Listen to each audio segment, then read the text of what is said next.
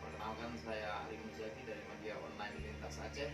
Dalam kesempatan siang ini saya akan mewawancari khusus pada Tengku Seki yang kemarin sudah kita ketahui mempublikasikan bahwa kesiapannya untuk mengikuti Pilkada 2022.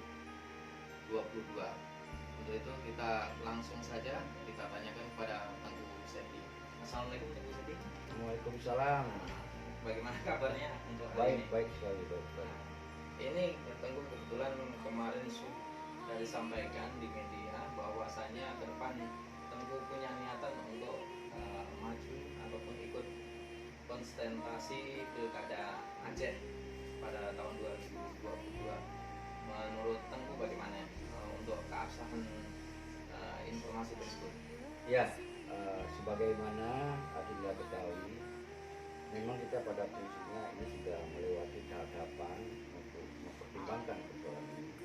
Dan kemudian kita akhirnya sudah sangat bulat untuk kemudian kita ikut berpartisipasi untuk mencalonkan diri di Aceh sebagai wagub, sebagai gubernur dan wagub. Yang mudah-mudahan ada doa-doa semua nanti ini bisa lancar. Jadi insya Allah kita mudah. Untuk calon wakil gubernurnya apa sudah ada? Ya insya Allah memang kita kan pada prinsip bergerak bersama dari awal dan sampai seterusnya. Kita ingin membuat memang tidak lagi menutupi, kita tampil bersama. Memang sudah sepakat bahwa ke depan kita harus seperti ini. Dan pada ini harus kita bisa kerjasama dengan baik dari awal dan sampai akhir. Dan sampai Indonesia kita ketemu tujuan yang ingin kita sampaikan bersama juga. Sudah ada istilahnya hari ini sampai umur, kalau umur baru kita belakang menjalankan lagi siapa, kita nggak mau kondisi seperti itu. Jadi sudah ada satu nama. Sudah ada ketemu. Untuk kedepannya Tengku, bagaimana menurut Tengku sejauh ini perkembangan Aceh selama perdamaian 15 tahun atau 16 tahun masuk setelah 2005 ya? Ya Dinda kan semua insya Allah pada jurnalis di Aceh khususnya itu adik-adik saya di Aceh semua mengikuti tentang saya bagaimana menyikapi persoalan perdamaian itu dari statement-statement biasa sebagai kerja, kritikan, masukan, juga kita mengecam satu sisi, tapi itu semua hanya untuk ada perubahan ke depan. Jadi setelah kita mengevaluasi perdamaian sudah mencapai 16 tahun sekarang, mungkin sudah lewat 15 tahun, tentu memang ada perubahan-perubahan yang sifatnya daripada sebelumnya kita konflik yang berdarah-darah, kemudian hari ini sudah terhenti konflik.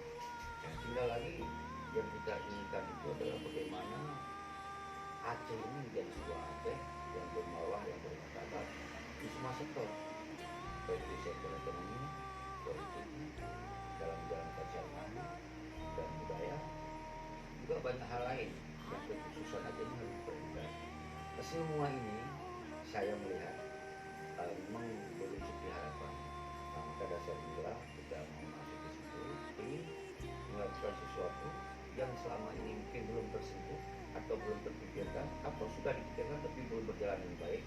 Maka inilah kita mencoba membuat konsep bagaimana membuat Aceh ke depan ini menjadi Aceh milik kita semua. Itu bahasa saya.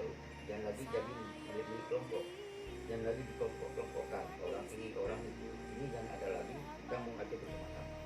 Apa mungkin ini yang mendorong Tengku istilahnya ingin masuk ke sistem pemerintahan? Karena selama ini kita lihat di berbagai media bahwa Tengku adalah di posisi oposisi. Apa ini juga yang mendorong Tengku untuk bersinergi dengan pemerintah pusat untuk mengimplementasikan butir-butir MOU Helsinki itu? Waduh, ini bagus sekali ini pertanyaan itu. Saya sendiri juga suka bertanya dalam diri saya. Selama ini saya suka bilang lagi, saya nggak mau ada di dalam sistem. Saya ingin mengawasi, mengontrol. Jadi suatu security control. Jadi itu yang saya lakukan selama ini. Ternyata di dalam perjalanan 15 tahun ada Islamophobia. Ketika kita ingin merubah sistem, kita ingin berbuat sesuatu secara universal, secara luas, memang kita harus masuk dalam sistem.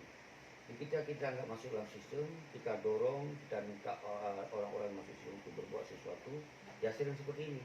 Maka konsep kita ini, dengan kita masuk dalam sistem ini, pertama kita bisa menjaga perdamaian dengan baik, dan kita juga bisa menampung aspirasi para TNA di lapangan yang selama ini tidak tersentuh.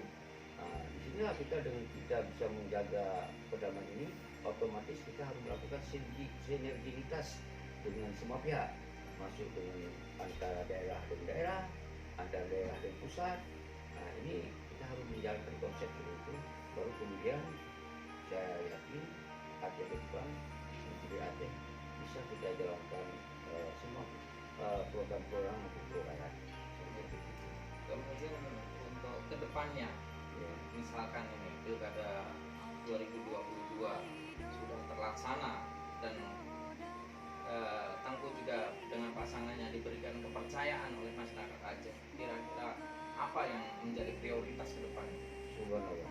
Yang sangat penting, saya berunding dulu ketika prioritas itu, karena saya mengikuti selalu ya. Karena teman-teman saya, terutama yang saya selalu bilang, orang-orang yang belum pernah masuk di dalam sistem, yang belum masuk di dalam partai politik, yang masih mereka menunggu sama dengan saya menunggu apa yang dilakukan oleh para pemimpin sudah ini. Maka prioritas pertama bagi saya adalah artinya memperhatikan semua elemen ini, semoga menjadi satu kekuatan dalam membuat Aceh, yaitu menjadi Aceh yang lebih kuat ketika kita bersatu. Jadi semua kita elemen ini memperhatikan, dan ada lagi hanya selalu yang tersentuh orang-orang terdekat daripada pemimpin itu sendiri atau dari partai politik itu. Maka konsep saya adalah yang pertama saya ingin melakukan ini, mempersatukan dulu, konsolidasi, rekonsiliasi, bahwa di mana mereka sekarang, TNA yang istilahnya TNA Agam, TNA Inong, para tokoh-tokoh pimpinan baik dalam maupun luar negeri, itu saya mau saya rapatkan dulu. Mereka ingin apa tentang membangun Aceh ini? Kita akan mendengar semua itu. Karena ketika ini belum ada suatu penghargaan terhadap mereka juga selalu ingin komplain, ingin menanya, ini susah kita membangun Aceh secara baik. Maka konsep saya itu, saya mempedulikan mereka dulu. Saya ingin mengajak mereka dulu, apa yang ingin ada di pikiran mereka. Berarti artinya mungkin Tengku punya konsep juga yang selama ini tergabung dalam KPA-PA atau PNA atau PDA, partai lokal. Mungkin Tengku juga punya wacana untuk menyatukan para mantan kombatan dalam satu wadah tertentu atau bagaimana? Enggak, kalau wadah sudah ada, artinya setelah MOU sendiri, mereka telah melakukan yang namanya wadah dari GAM diganti menjadi KPA. Dari GAM bisa masuk kepada partai politik. Jadi kesan selama ini yang bersatu hanya orang-orang yang ada di KPA, juga orang-orang di dalam partai politik total. Oleh saya menganggap orang-orang di luar partai politik ini pun ini harus menjadi perhatian penuh. Jadi semua kita bersatu, tidak lagi kelingkungan saya, tidak lagi karena mereka orang partai terus orang partai aja. Karena ini Aceh ini milik kita semua. Jadi semua langkah-langkah pemimpin yang dilakukan di Aceh harus menjadi itu kepentingan bersama. Ini yang saya utamakan. Jadi kita bersatu semua elemen. Jadi bersinergi semua elemen, baik itu dengan jajaran Pangda, Polda, dan dengan pemerintahan baik daerah maupun kabupaten kota, begitu juga kombatan. Semua kita ini membuka kesempatan yang sama.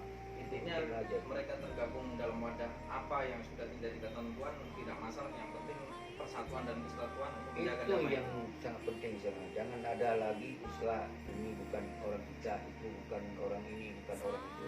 Karena di dalam perjuangan awalnya memang kita bersatu, nggak ada istilah karena setujuan.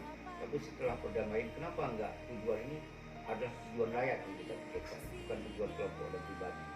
Ini yang tergerak hati saya harus masuk di dalam sistem. Ini pun kalau dipercaya. Ya, untuk terakhir Tengku mungkin ada pesan moral ya untuk menjelang milad ini terakhir, tentang keinginan mungkin yang menjadi aspirasi para mantan kombatan yang di bawah yang selama ini mungkin belum mendapat penghidupan yang layak, belum mendapatkan buah dari perdamaian. Itu mungkin ada pesan moral. Ya, saya selalu juga mengingatkan, enggak wawancara ini saya sering mengatakan baik di semua media bahwa mari kita ini berkomunikasi dengan semua pihak. Karena ketika kita memutuskan komunikasi, menutup komunikasi, ini jadi mereka tidak tahu apa yang mereka punya pikir untuk memikirkan terhadap rakyat. Itu yang pertama yang harus saya pesan. Siapapun nanti jadi pemimpin ke depan, berkomunikasi dengan semua pihak dengan baik. Sampaikan yang sesungguhnya apa di dalam perdamaian ini, apa yang harus kita lakukan. Jangan lagi membohongi, membodoh-bodohi, yang seharusnya nggak perlu lagi kita sampaikan hal-hal seperti itu. Kita harus transparan. Nah, seperti bendera, Pak. Kalau memang pusat nasional menganggap belum bisa dikibarkan oleh petinggi, oleh pemimpin, harus menyampaikan yang sebenarnya. Kita nggak dulu pikir masalah itu, tapi yang kita fokus adalah masalah pembangunan, kesejahteraan, kemakmuran, keadilan. Nah, jadi saling menghargai di situ.